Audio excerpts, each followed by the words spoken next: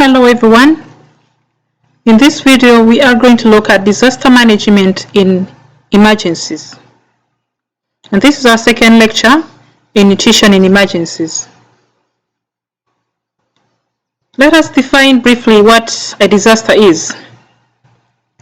The United Nations International Strategy for Disaster Reduction defines a disaster as a serious disruption of the functioning of a community or a society involving widespread human, material, economic, or environmental losses and impacts, which exceeds the ability of the affected community or society to cope using its own resources. It can also be referred to as an unforeseen and often sudden event that causes great damage, destruction, and human suffering. Disasters are always described as a result of the combination of different factors. For example, the exposure to a hazard, the conditions of vulnerability that are present, and also insufficient capacity or measures to reduce or cope with the potential negative consequences. So we have different phases of disasters. The first is the pre-emergency phase, and this is a period before a disaster strikes. It may be used to assess how often a particular community is exposed to a particular risk, called risk mapping. So this process of finding out the prevalence of a certain disaster in a particular community is called risk mapping. The protective action can be taken based on the disaster warning signs and the available resources, particularly done to disasters of natural origin, for example, drought and famine that keep on occurring. Then the second phase is the impact and flight phase. When a disaster strikes like fire or war, it affects the usual life and may trigger the people to move from their usual residences. So this is the impact and the flight phase. As soon as war strikes in a country, immediately people will start to migrate to neighboring countries for safety. The third phase is the acute emergency phase, and this begins immediately after the impact and the flight phase. The affected populations will need sanitation, shelter, and water. They are going to lack basic requirements for life, and these will need to be provided. So it is marked by intense and often reactive activity by many humanitarian agencies, usually responding to media reports of high deaths characterized by high crude rates or high death rates.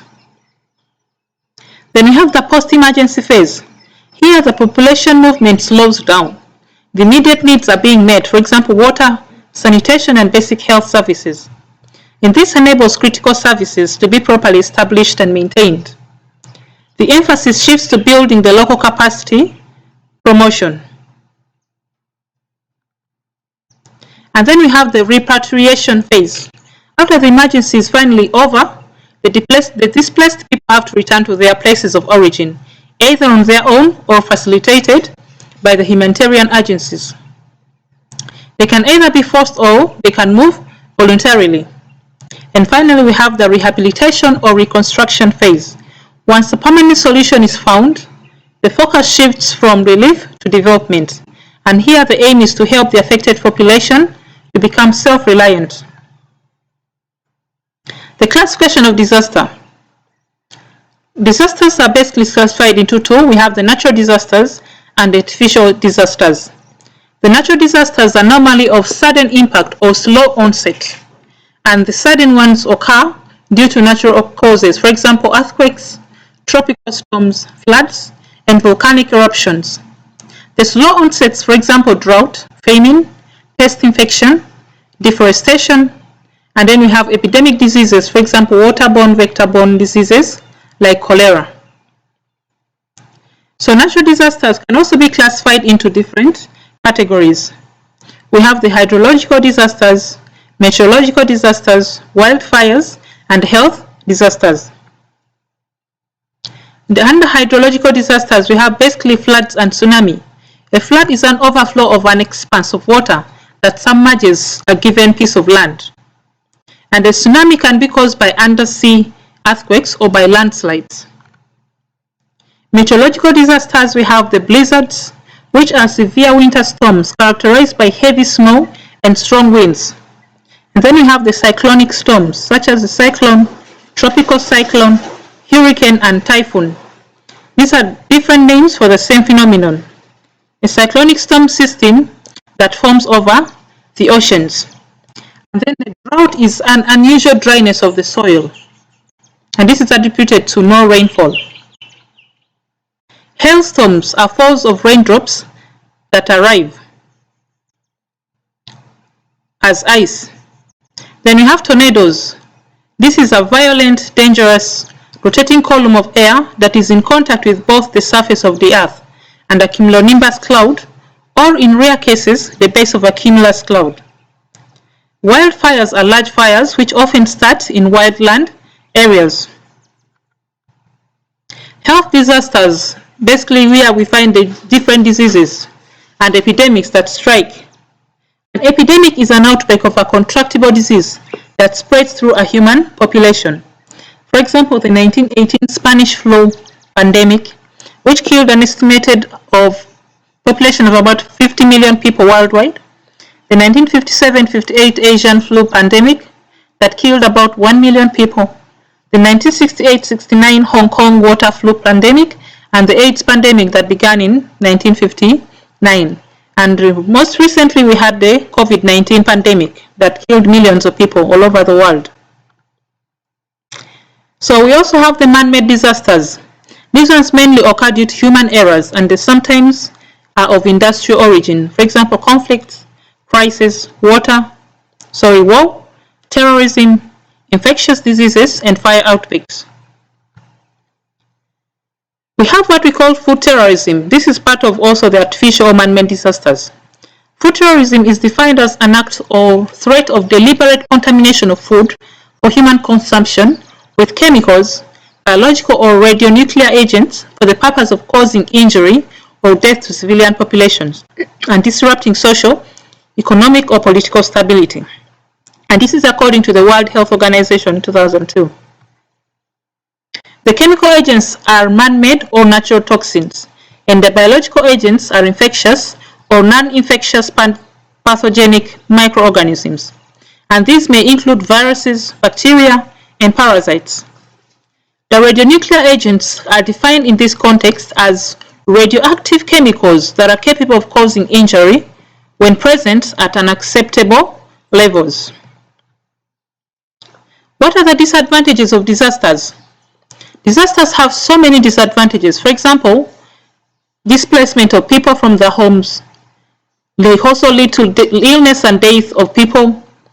They lead to abuse and unwanted pregnancies. There are a lot of unwanted occurrences during disasters. Disasters can also lead to hunger, famine, and malnutrition. They can lead to homelessness and joblessness, and this will cause poverty. And then they can also lead to increased crime. As people try to fend for themselves, they may resort to crime. So we also have vulnerable groups in times of disaster. The main vulnerable groups in times of disaster may include children, women, the elderly, and the sick. The elderly and the sick ones have low or compromised immunity. So these vulnerable groups might not withstand the stress, the psychological trauma, the hunger, and the starvation that is associated with a disaster. And food security is always an important factor in poverty reduction. So what are the nutrition requirements during special circumstances? During disasters, people are displaced from their homes, and so they can no longer farm, they cannot work, and they cannot do their normal businesses. So disasters are normally associated with lack of food, the scarcity of food and the water, hunger, and starvation. So there is also lack and scarcity of all the local foods, for example, cassava, sorghum, maize, beans, meat, fish, salt, oil, sugar, fruits, and vegetables, and name all the other nutrients that are essential for life. So these foods provide the body with nutrients, for example, carbohydrates, proteins, fats and oils, vitamins and minerals. And the lack of these different nutrients will cause malnutrition. So when the people experiencing disaster cannot have access to these essential nutrients, it will result in malnutrition, for example, wasting, standing, underweight, morbidity, and mortality, especially among children, the pregnant and lactating mothers. And hence the government and humanitarian agencies have very important roles to play for the internally displaced persons or refugees and migrants.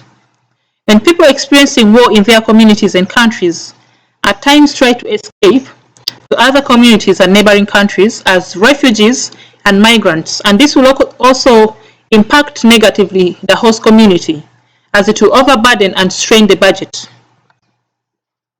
So persons experiencing disaster need adequate diet to be healthy, and the children born during war might experience severe malnutrition in form of protein energy malnutrition and micronutrient deficiencies.